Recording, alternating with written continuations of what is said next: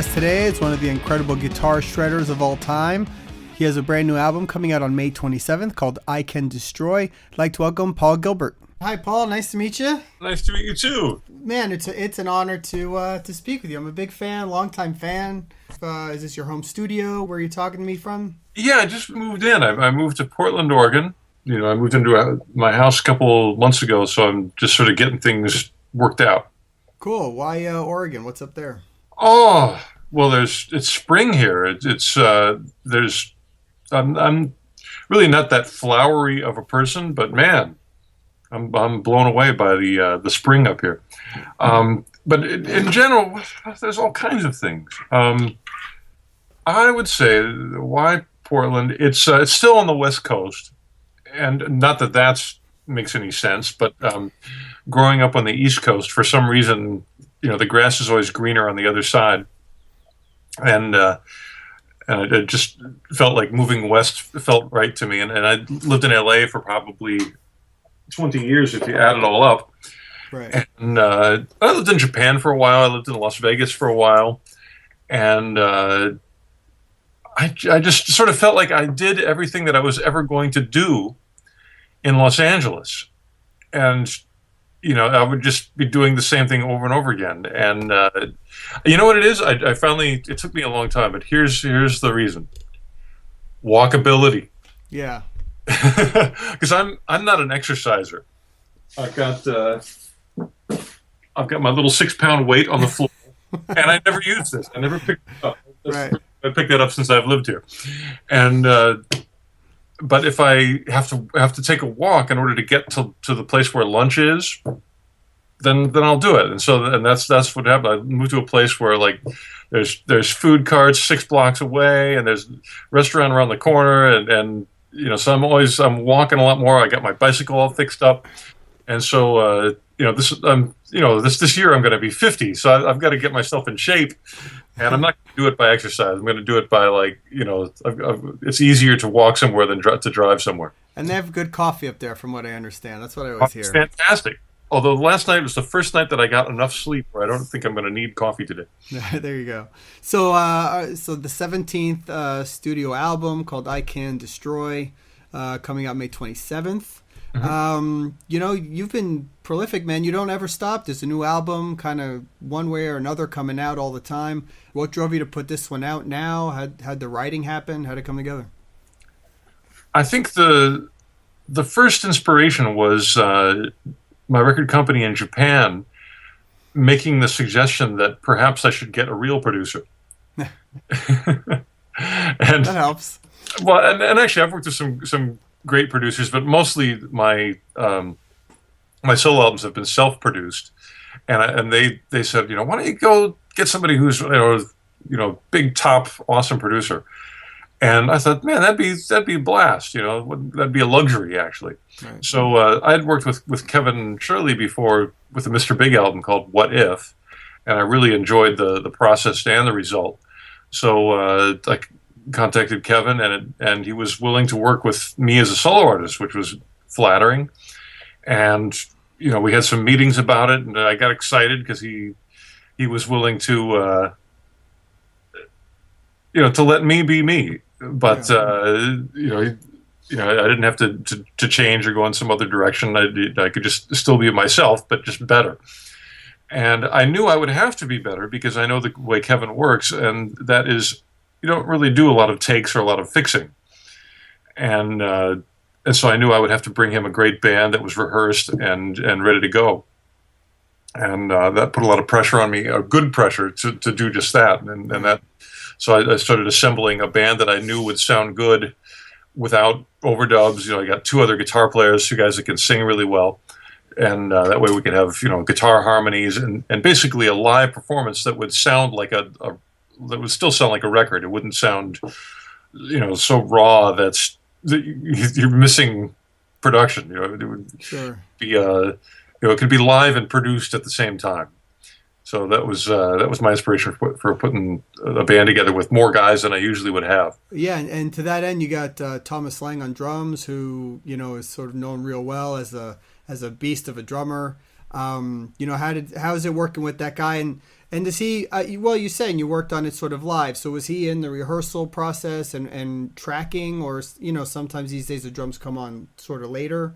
Oh well, everything was live. I mean, the only thing that I overdubbed were the vocals, and actually, while we were tracking, I was still singing, but Right. the songs were so new, I just didn't know them well enough. So it's like, at least let me overdub the vocals a little. But Thomas was amazing. I worked with him before on a solo record I did called Vibrato, Okay.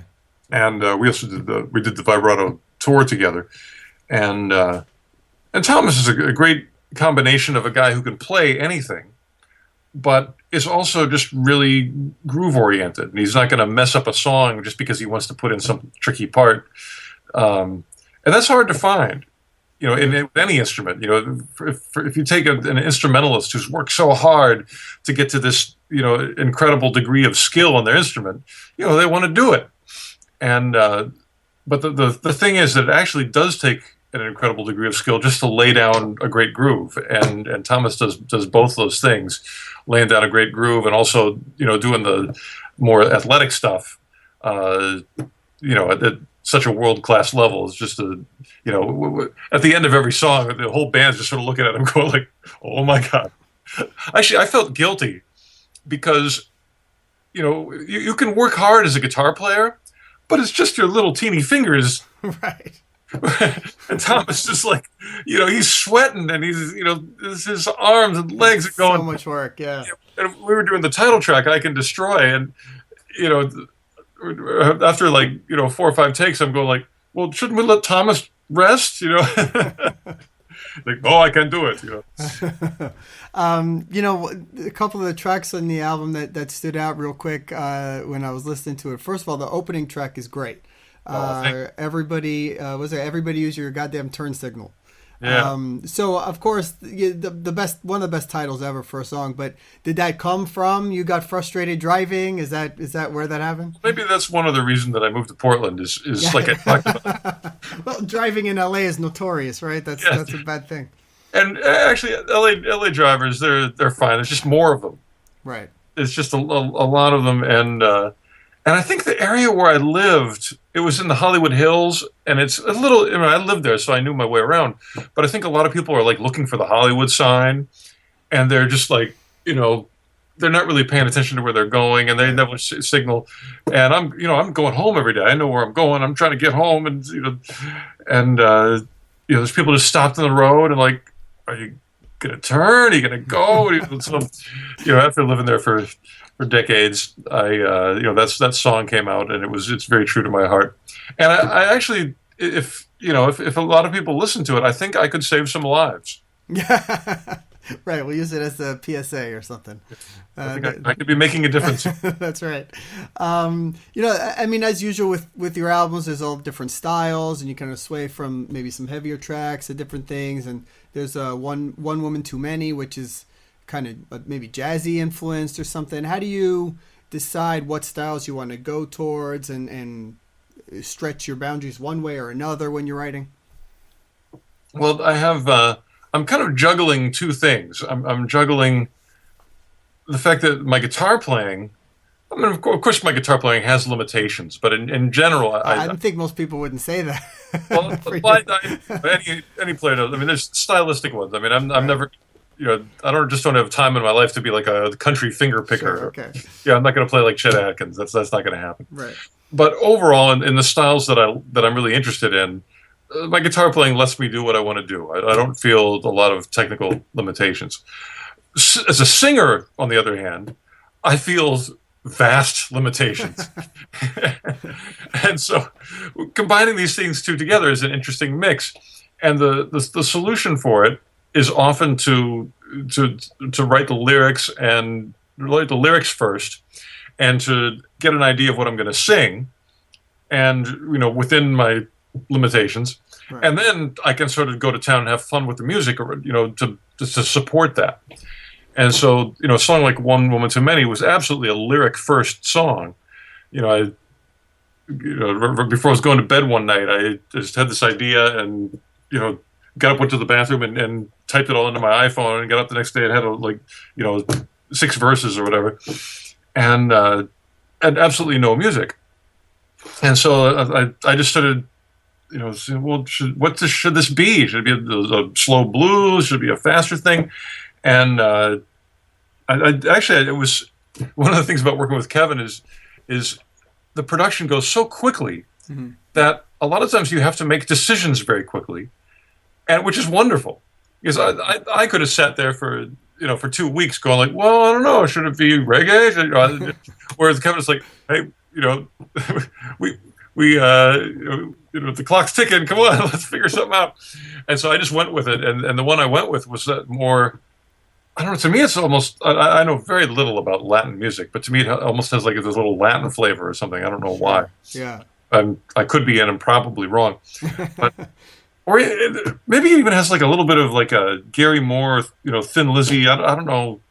I don't know what it is. Yeah. But anyway, it does have a couple chords that I wouldn't have ever known without having gone to school, and that that's like a minor 9 and a minor 11 and another key, and so it's got a little bit of harmonic trickiness in there, right? And of course it's got the drill as well, so that was fun. That's great. When you let's say over the years, as you've toured and you go through recording and you get new guitars all the time and so on, do you tend to stay the same with your gear, or how often do you sort of mess around and change your whole live setup, and how are you on that sort of thing? Well, for the gear, the first thing that I make is the set list, and figure out what songs I'm playing. And actually, one of the most challenging things is touring with Mr. Big, because I have to go from playing Daddy, Brother, Lover, Little Boy, this chunky very, chunky rhythm thing, to songs like Alive and Kickin', which are more like the twangy Stevie Ray Vaughan kind of thing, to like To Be With You, which is an acoustic song, to Just Take My Heart, which is like the real, clean, compressed 80s, Trevor Rabin kind of a sound. And it's really, I mean, of course there's gear that'll do that. I mean, I just got a Kemper profiler that I'll probably take out for the next Mr. Big tour, where you can actually get, a million sounds in a box. Right. But in general, growing up in the 70s and with 70s rock, I'm much more comfortable with just an amp and some pedals. Right.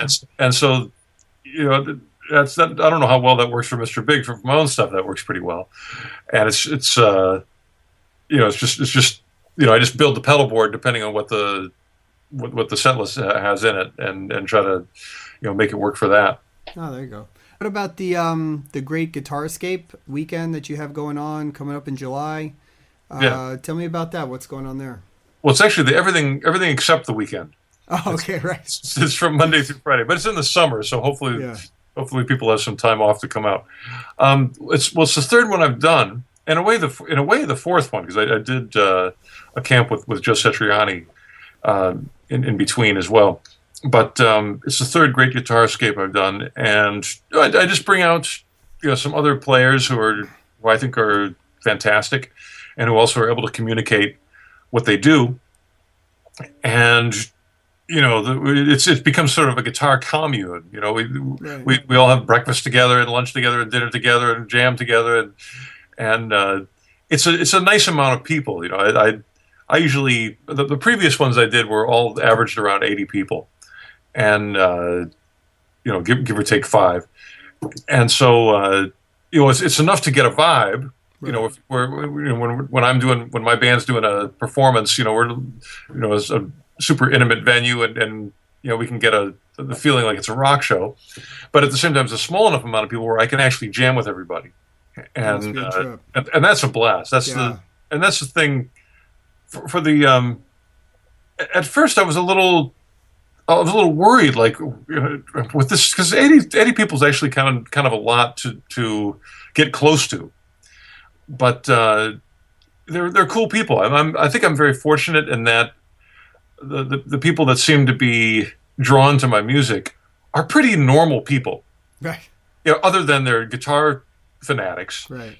But their personalities aren't too strange. So actually one of the reasons that I was first agreed to do a camp like this was I saw that Todd Rundgren was doing one, and I'm a huge Todd Rundgren fan. And I thought, well, if Todd's doing one, it must be cool. But then I haven't been to Todd's, but I just, I know that Todd, he's from like the drug psychedelic era of the '70s. So I feel like he's got some people that come out to his and are like, all right, we're for the camp, and mine's all about music, and we just have a good time. I'm sure there's some drinks served, but nothing self-destructive.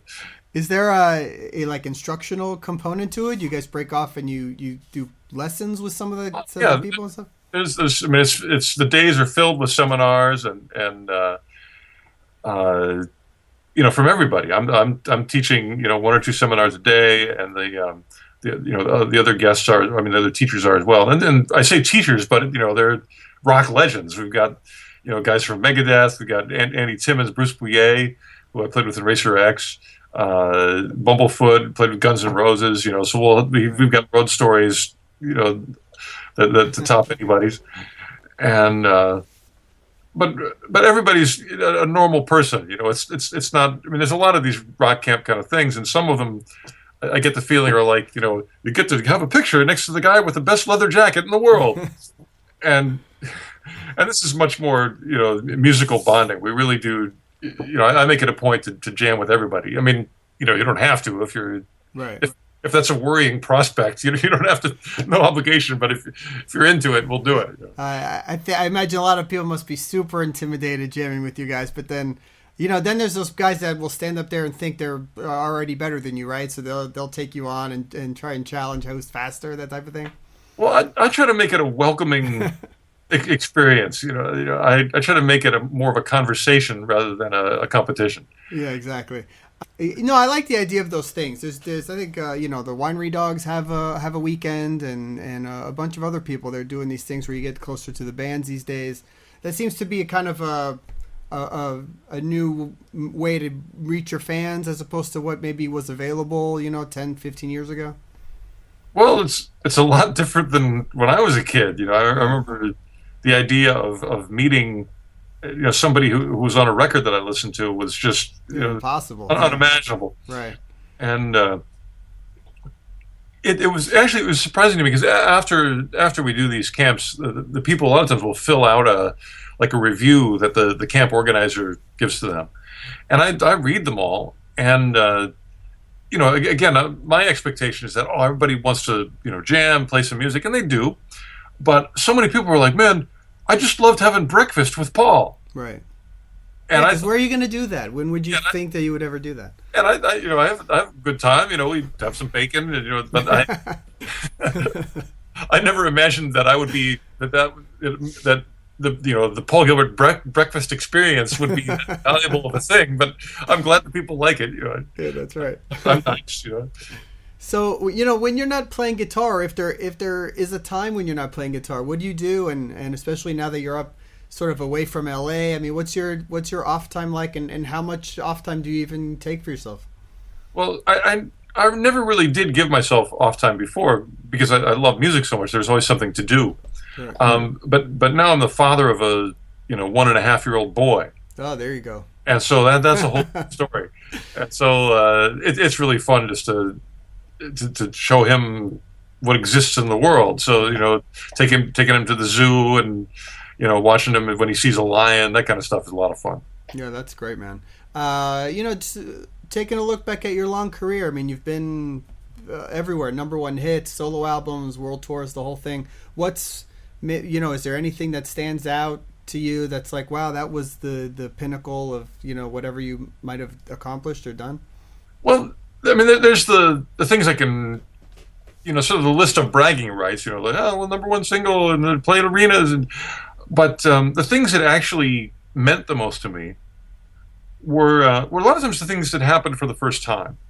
The first time I sold out a club, right, with Racer X, that was really that just warmed my heart and made me not worry about the future so much, because not that I was worrying that much. I mean, I didn't have to worry because I was completely naive.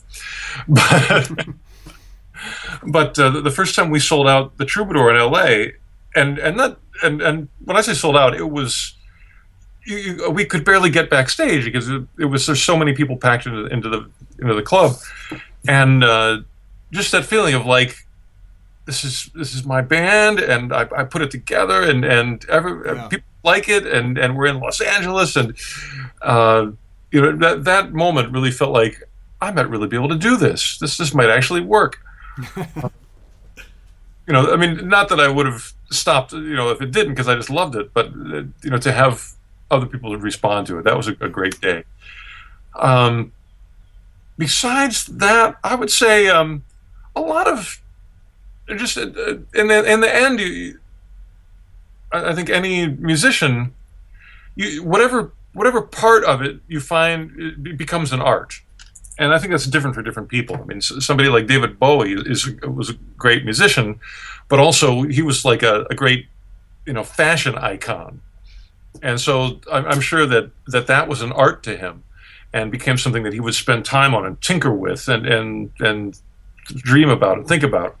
And for me, playing guitar and also teaching guitar are arts and things where I can get into the minute details and also like thinking about the global general principles, and it's something that never gets boring, and that I can always think about and share with other people. And when they're teaching, a lot of times it's one-on-one, so it's not a big audience, it's not the roar of the crowd, but it's so interesting. And so I've been doing a lot of that lately because I have an online school, and I'll go to bed at night thinking, how am I gonna help this guy? I'll watch these. It's all videos, so somebody will send in a video of them playing, and I'll think like, I've got to. How can I help them? Because it's everybody's different. Everybody's got certain things that they need, certain things that they want, certain things that I want to change about them they might not want to. And I got to think to myself, should I do that? Do I have the right to try to change them? So it's really it's an interesting thing, teaching. No, that's cool, man. One story I could tell you is when I was trying to do my band thing, back in the day, like everyone else, we auditioned guitar players back in college or whatever, and you were always right. I mean, it was like you and Vi, and you guys were the pinnacle of like, this is how you play guitar. Kid comes in and started playing Green Tinted 60s Mod. Your finger tapping beginning or whatever. We're like, yeah, okay, he's in. He can play Paul Gilbert. He's in the band. So I always remember that as being. We always looked up to how you played as like one of the main guys, man. So to be able to speak to you is really just a real treat. Oh, that's so nice. Thank you. Yeah, thanks, man. Good luck with the record and touring and Mr. Big and all that, everything. And your kid, man. Good luck with that. Fantastic. All right, good talking to you. You too, man. Bye. Bye-bye. Thanks to Paul for the interview. We're going to close with the title track off his new album. This is I Can Destroy. For upcoming news and interviews, please check theprogreport.com. Follow us on Facebook, @The Prog Report on Twitter, or download the podcast on iTunes. Thanks.